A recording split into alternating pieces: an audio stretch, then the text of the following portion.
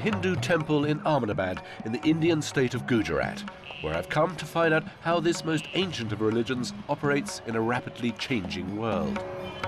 But I know it's not going to be easy. Hinduism must surely be the most complex and multi-dimensional of all the great faiths.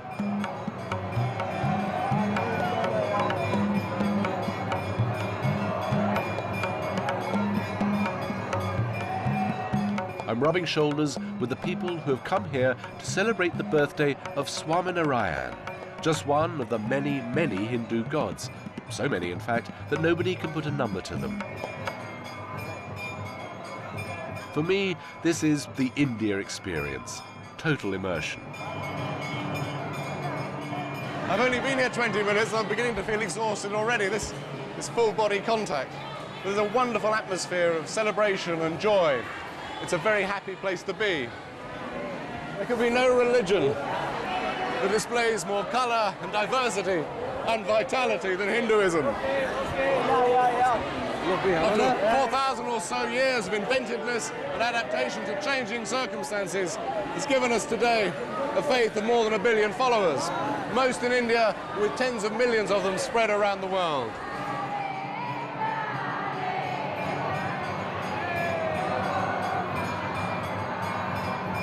Every time I come to India, I seem to be swept off my feet by the power and passion of what I experience here.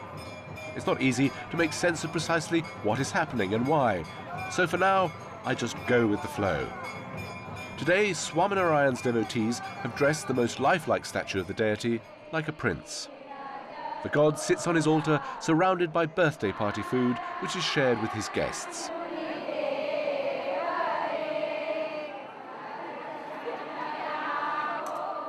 Apparently, Swaminarayan came to Earth in human form just a couple of centuries ago.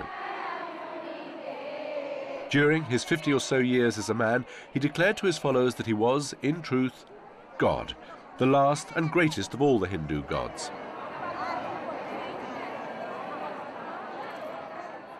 The Swaminarayan movement has about 5 million followers, a minute proportion of the close to 1 billion Hindus.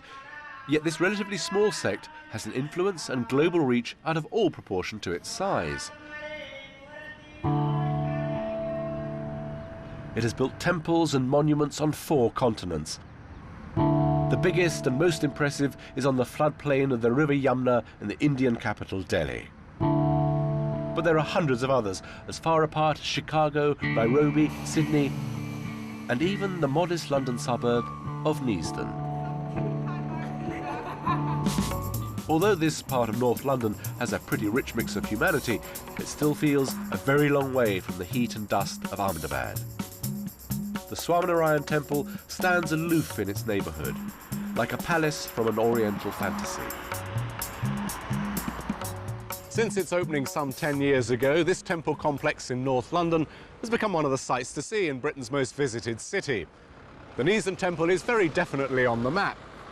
British Prime Minister Tony Blair dropped by recently, one of the many celebrities who've come to be impressed by the 5,000 tons of Carrara marble and Bulgarian limestone, which was hand-carved by 1,500 craftsmen.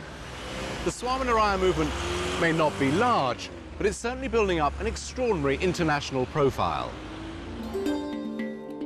The branch of the sect that built the Neasden Temple and the part of the movement that is making by far the biggest global impact is known by its initials, BAPS. It has about 1 million members in 45 countries. The Delhi Akshardham, the heavenly place, is the most staggering of BAPS's big architectural statements.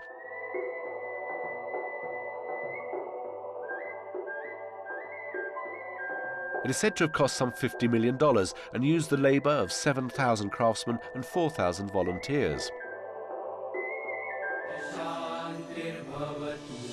The opening ceremony in 2005, recorded on this BAPS memorial video, was the kind of event that makes the Oscars night look understated. Among the galaxy of stars and VIPs who attended were the President and Prime Minister of India.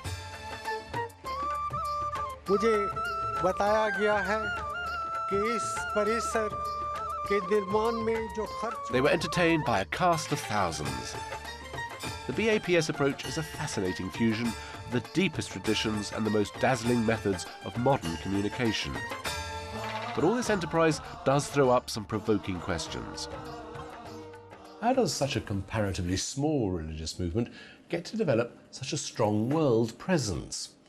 And to develop such high-level skills of self-presentation?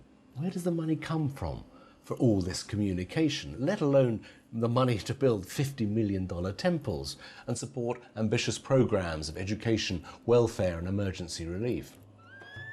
And why do some people find its intimate relationship with politicians and power brokers so alarming?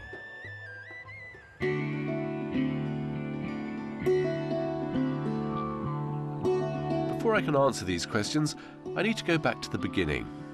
The first thing I'm struck by is the dramatic contrast between all the high-octane spectacular of the BAPS presentation and the tranquility of the Gujarat countryside, where the young Swaminarayan planted the seeds of his global movement. Swaminarayan first arrived in Gujarat, not in the city of Ahmedabad, but in the poor remote villages to the south. According to the stories that grew up about him, Swaminarayan first left his native state, the distant Uttar Pradesh, as an 11-year-old orphan. He was starting out on a pilgrimage that would take him the length and breadth of India, from the Himalayas in the north to the oceans in the south. Swaminarayan's first followers were the poor and despised, tenant farmers and land workers at the bottom of the Hindu caste system. The essence of his message to them, inspired by the ancient Vedic scriptures, was to live an ordered moral life.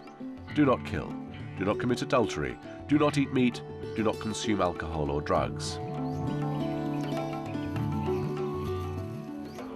I have an extraordinary opportunity to see some of the objects used and even some of the clothes worn by a man who millions of people around the world think of as God.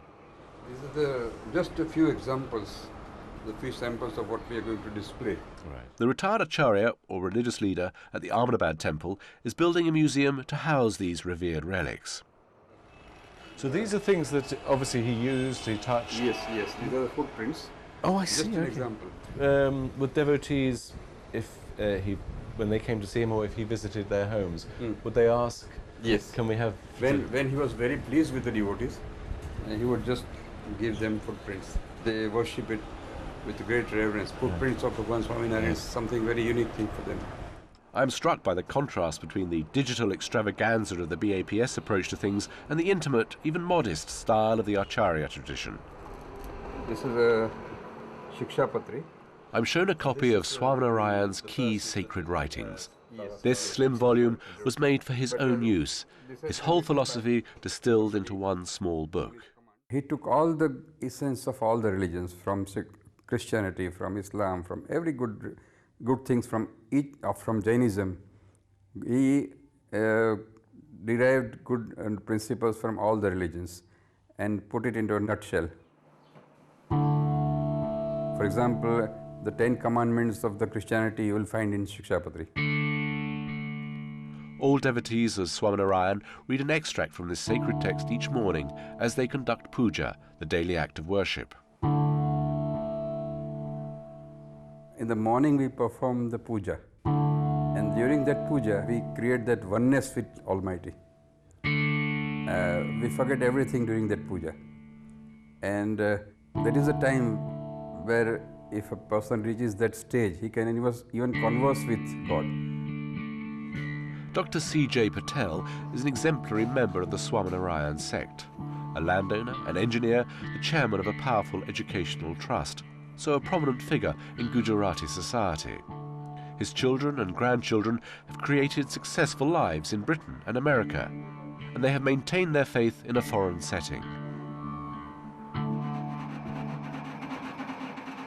Like many Gujaratis, followers of Swaminarayan have been travelling the world for the past 2 centuries, leaving behind their lowly status as tenant farmers, agricultural workers and the urban poor in the hope of making their fortune abroad.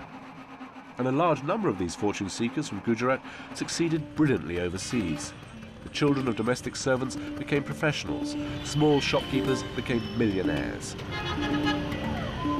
As their fortunes rose abroad, so did those of their country cousins in India.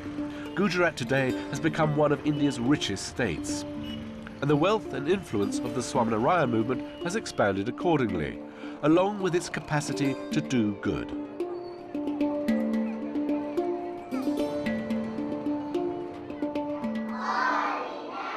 Today, wherever there are Swaminarayan followers, there are schools and colleges, hospitals and disaster relief programs, all run in the name of their religion. More impressive statistics.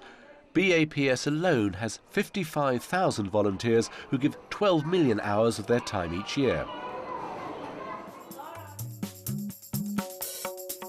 Pramukh Swami, the leader of BAPS, whose life is faithfully documented by the organization's cameras, presides over both an international spiritual movement and a major charity. Pramukh Swami is an ascetic monk, a sadhu. Some of his most dedicated disciples consider him close to being a god himself, someone who can lead them towards moksha, salvation, and a place in heaven. Devotees believe that a blessing from Pramukh Swami can also bring them great fortune on earth. And the public blessing will even advance their status in the eyes of others, sending out the message to everyone, here is someone you can do business with.